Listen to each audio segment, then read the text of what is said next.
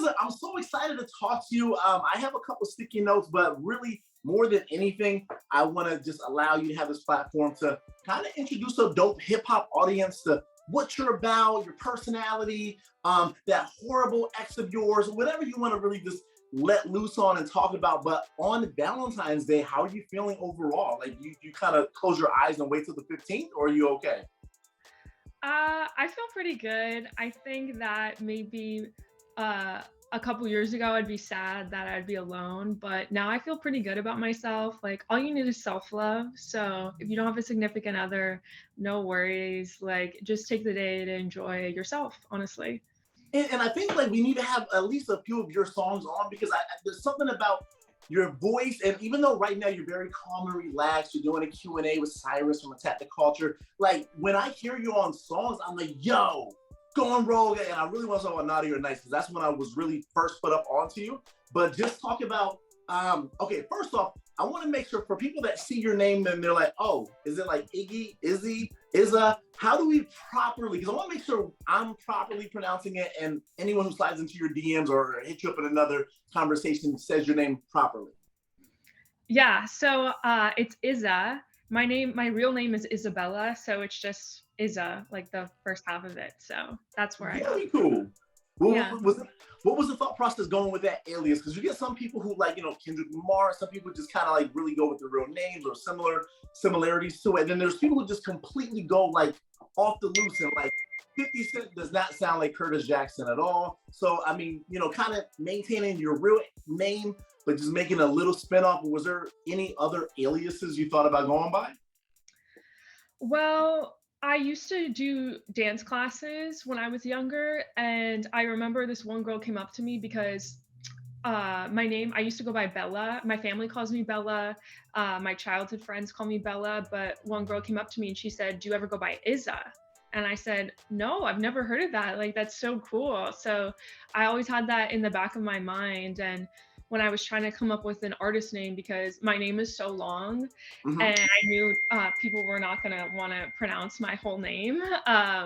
So I said, I think Izza would be a really good fit. So I decided to do that. I feel though like at some point you're gonna get confused with like Jizza, RZA, Izza, and the entire Wu-Tang clan. Like, have we had any of those run-ins yet? I feel like you're destined to run into RZA and Jizza at some point. I know it's a throwback reference with Wu-Tang, but no relation to the Wu-Tang clan at all. No. Not yet, not yet. So Guys, let's talk about, so, just to give you a little bit of background. So attack the culture, it sounds very, oh my gosh, attack, well, why is it such a harsh word? It's really just about covering culture or hip hop from all angles, right? So it's kind of like the Yin Yang Twins, you say, yo, let's beat the pussy up. We're just attacking hip hop culture, just, having some fun with it. So I really want to explore more about your background, your culture. And I gotta ask, are you like full-blown LA based, or like in recent years you just kind of got transplanted there and now you just claim LA all day? What's the whole background with you? So I'm from Los Angeles, born and raised here. So I'm an LA girl. I grew up in the Valley. So yeah, it's kind of it's my home. It's so nice to like live here and know it and just be familiar with the city. I know a lot of people come out here to pursue music or pursue the entertainment industry. So it's nice that I have my family close by, I have my friends, and yeah, I just love it here. And you gotta, again, because I'm playing a little bit of catch up with you, is like, can we like go crazy with In-N-Out Burger and stuff like that? Are you like super vegan? Because I've seen, the body, I'm like, oh man, like, is she like a vegan and like super healthy? If there's any place to live at, it'd be LA with the vegan lifestyle. But can you cheat and have like meat or no? So I was vegan for actually 5 years. I drank the LA jungle juice. I was vegan. I was all that, stuff. But I just found that it didn't really work for me. I love eating healthy, but I love In-N-Out. Like you can Yes. have In-N-Out. Like that's the Yes. best.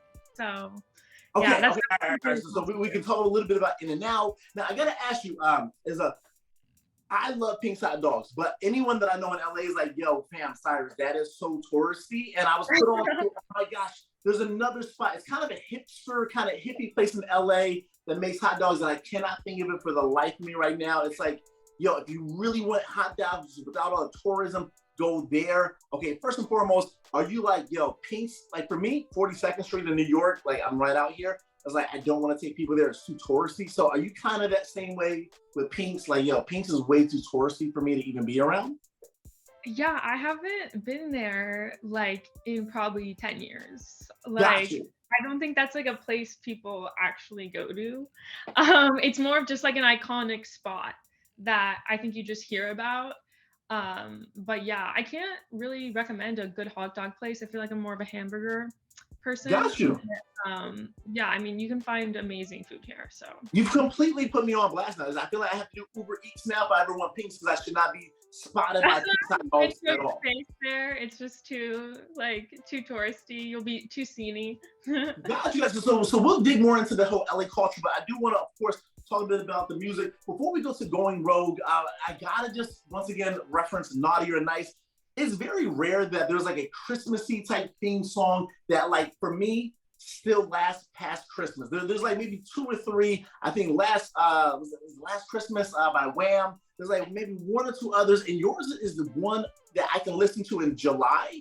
I can listen to in September. It's just and it's kind of your signature sound. It's very much like girl power, like ferocious and fun. And I'm like, yo, I literally was listening to it like about 20 minutes ago, stuck in New York traffic. Like, yo, man, is just so dope. So kind of hitting the rewind button, just briefly talk about just the motivation behind that. I know it's for a seasonal thing, but it has that like kind of timeless feel to it. Thank you so much. That literally was what I wanted. I wanted to make a song that was a Christmas song, but that you could honestly listen to it all year round. I love Little Nas X's song called Yeah, Holiday. Like, I listen to that song even though it's not yeah. Christmas, because I think it's like the production and it's so good that you want to listen to it past the holiday time. So I had so much fun writing that track. I think I love writing about certain themes. A lot of my music, it has really specific themes. Like, I have a song called Love Bracelets, and that's obviously about like material items and love bracelets. So I find it really easy to write about when there's like a specific topic. Nintendo Bitch, it's about, Yeah, gaming. And yeah. so that was like really fun to write about. And yeah, I love doing that. And I want to continue to write songs with like really strong themes. And I really want to emphasize how dope, because like, yes, I'm co-signing the music and of course I'm talking to you now, but like Attack the Culture is predominantly a hip hop site. And for me to be like, yo, this hits, man, like, because I know we're going with the, Izza, she's a pop artist, but like your sound just kind of like infiltrates like outside of just like the pop realm. And I know pop just means popular, right? So it's popular, but I don't know, like, is there any hip hop, motivation or inspiration behind your music, or is this just your raw sound and it just comes out that way? I grew up listening to mostly hip hop music. Like, that was my like favorite genre growing up, Mhm. especially like in high school. I love artists like Gwen Stefani and Fergie because they Yeah, worked with producers like, Pharrell, Timberland, Will.i.am, like all those kind of like hip hop more centric producers, but they were like pop artists. So I definitely like to take that kind of inspo and adapt it to my music, because I definitely feel like that's missing in today's pop scene. I think most pop music today is very melancholy and more acoustic and sadder. And I just want to bring back that kind of early 2000s energy. for sure. And yeah, I just love the trap sound. So I definitely try to implement that in my music. Yo, I'm saying, like, I'm Cyrus speaking, like, can we just sub out Iggy Azalea and just put you right there? Because I feel like, yo, the blonde thing's working, the body shape is perfect, all that, and just what you're sounding like, oh man, I'm completely there for you, Izza. And now, of course, I got you. I don't know if it's your favorite moment, but got you plastered up for Going Rogue. Talk about the excitement doing it, a little Matrix feel, a little 80s feel. Obviously, talk about putting the record together. I know that whistle like stands out the most when I listen to it, right? I'm like, yo, that whistle sounds so dope that's in it. And then obviously the motivation to make sure there was a music video to accompany it. Totally. Yeah. The whistle, I think we got inspired by, I think a lot of hip hop music uses kind of like whistle in it. So that was definitely an inspo for the song. But yeah, I mean, Going Rogue is just a continuation on my kind of beliefs on following your dreams and being yourself and like not listening to the haters. I think there's so much just outside noises trying to tell you not to be yourself or just to kind of suppress your true kind of identity. So I want to inspire people to try to just, break through that and not listen to people, because I think especially women too, we're taught to be small and not, speak up. So I want to be kind of like a role model for people to try to, speak up and be themselves. No, for sure, for sure. And then obviously it was a no-brainer. Like we have to do a music video. Like I'm not putting out this ferocious record without a visual element to go with it. So I mean, obviously the video is very exciting and a lot of cinematic appeal to it. So how about the music video element? Yeah, I love music videos. I grew up watching VH1 Top 20 Countdown. Like I'd always watch that on the weekends. So I think music videos are really important still, and they really tell stories. And as I'm trying to get people to know who I am and know what I stand for, I think the videos really help that. And it's also just so fun performing. I haven't really been able to do live shows because of COVID, but now that I feel like we're getting out of that, I'll be able to do that more. But the times I've been able to perform have been through these music videos, so it's really nice to be able to do them. Gotcha, gotcha. And one thing that I'm so curious about with you is just your social media presence. Because obviously, if you read the press release and just kind of look into it, it's like, wow, TikTok is blowing up. Verified on IG. So slide into Izza's, hopefully slide into your DMs, get some responses. It feels like your presence is all over the place. As you're emerging, as you're getting things more popular, is that just kind of like one of those like, all right, brush my teeth, post something on TikTok, take a shower, like how does social media and you in particular kind of go hand in hand? Because it feels like there's so much of an emphasis, especially at this point in your life and career where you're blossoming and you want to make sure that you're touching all facets of the music biz. Yeah, I think social media is probably one of the most important things for artists, especially TikTok. I think that's where new music gets discovered these days. So I know the importance of it. And also I just genuinely like doing it. Like it's fun for me. It's another outlet for me to showcase my music. I love my music so much. So I just want to show that to people and just try to connect. I've connected with so many like fans on social media, and it's so cool to be able to talk to people about my music and hear their stories and how they relate to my songs. I think it's like the most like rewarding thing you could do as an artist. For sure, for sure. Yo, man, someone's blowing up. Who is texting you? I'm so sorry. I don't know how to do that. You're good. I'm really bad. It's Valentine's Day, so I know you're being blown up. Like, it's all my side pieces. They're just hitting me up. Oh my God. No. Doing tonight. Yeah. You're good. I know you're just reminding us that your time is so precious, okay? But no, a few more things I gotta throw at you. Give me an idea or give the world an idea. Just kind of, I know it sounds super weird and kind of just random, but yo, your eating habits, because I see you like, yo, that's why I was like, yo, is this a straight vegan? Can I even mention In-N-Out Burger? Like, and I'm glad that you indulge in that. But give us an idea, because is it the workout goals? Is it the portions that you're eating? Or can you just like eat healthy 4 days a week and then the last 3 you just go crazy? Give me an idea, just kind of, especially out there in LA, so many healthy options, so many Randy's Donuts and Pinks and all these different spots, Roscoe's, so on and so on. Yeah, I mean, I'm a huge foodie, so I definitely don't like giving up the things I like. I don't think you need to. I think it's just all about balance and what makes you feel good. So I grew up as an athlete. I played tennis my whole life. So I definitely love being active. So I think just like living an active lifestyle and just like having balance is important. But yeah, I love trying new restaurants all the time. It's like one of the most like fun things to do, like in LA and in a big city. There's so much variety. So yeah. Yo, Izza, let me ask you, because I'm in the New York area, so there's so many restaurants. And like, yeah, there's always word of mouth, but like, do we still rely on Yelp, or do you just kind of go with your gut feeling? Because like, I know. We need to cancel Yelp. Like Yelp does not need to be a thing anymore. I think that it's so outdated, and it's also just so unfair to like the restaurants, because like Yelp charges the restaurants to like get reviewed. Like it's so biased. Like it's not legit. So I just rely on social media like TikTok or Instagram or my friends to give me recs. So yeah. Yo, I thank you. No, because like I honestly don't like Yelp at all. And like I know sometimes if I'm looking for a restaurant and I click on something, it's like, oh, you need to download Yelp to look at these reviews, and it's just like so much of like a forced thing. So I'm glad that I'm not the only one that really doesn't like Yelp. Like kind of social media, food porn, things like that. Kind of get an idea of what.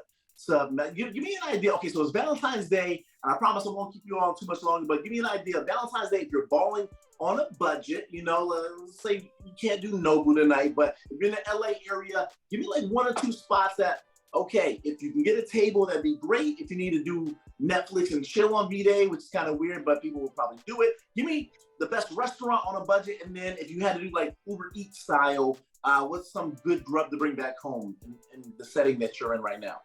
Oh, that's so hard. I think if you're delivering, Howlin' Ray's is like this Nashville hot like chicken place. That's like Okay. really right now. So I would suggest maybe that. Um, but if you want something like more sit down restaurant, there's Horses, which is a really cool restaurant. Or Mother Wolf is also very popular. It's like Italian, and everything on the menu is just really good. Yo, is it all those things that you just mentioned gave me like Yellowstone vibes? Like I'm hearing Forest Hill, I'm hearing Nashville, I'm hearing a bunch of Cowboy, like Red Dead Redemption, Yellowstone, but which kind of leads me into like something I love to always do with whoever I'm talking to. What are you streaming and binging? Well, first off, thank you for putting people up onto the LA food out there, especially under these circumstances, people who are balling on a budget. But yeah, give me an idea. I know you're, listen, I know you're an artist. Some artists like to say, yo, I don't have any life outside of the studio, right? But come on, you gotta get inspiration, right? Come on, you got songs about Nintendo. So give me an idea regarding streaming, like when you can break away after you just released Going Rogue and you need to exhale. Are we on Paramount Plus? Are we on Netflix, Disney? What are we watching?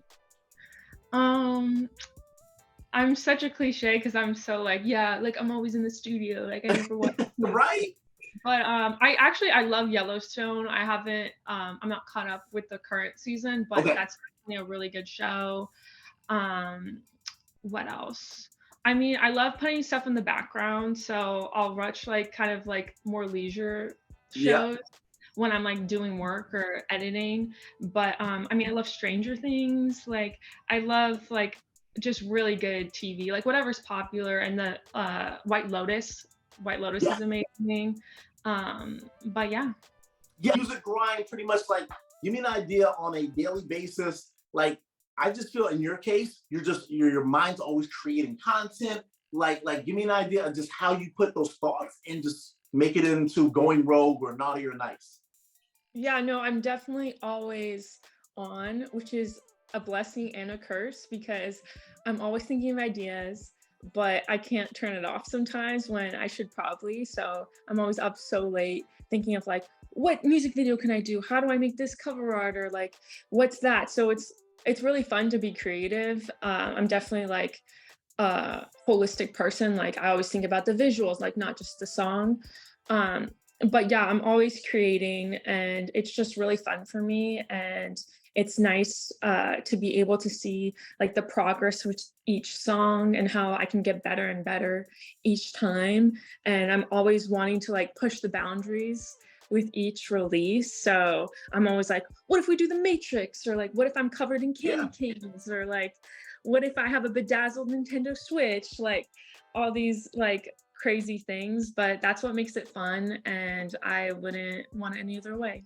Izza, I gotta tell you, like, I'm gonna just throw one more thing at you, but listen, as you create and as your team, as you do a bunch of media, I really want to push for a continuation because I feel like we had to get this in the books just to kind of get the wheels rolling. But I think there's so much like just cool casual talk that just awaits us. Like I just want to learn so much more about you and just like, yo, what Switch game did you delete the moment you bought it because it was trash? All that type of stuff. I want to like save for the next go around. So I'll just kind of just wrap it up on this kind of final note, which is releasing new music, getting fan feedback. What platform do you kind of look for the most feedback? Do you even look for feedback? Just give me an idea, because of course we go to YouTube, we got your music on Apple Music, Spotify. There's so many different ways to interact with fans. And then there's the toxic trolling ones. Then there's the ones that have been with you since day one. There's so much stuff that even as I say it, my mind starts to get boggled. Give me an idea of just how you embrace the fan feedback and what platforms you kind of look for. Yeah, well, I mean, I love TikTok.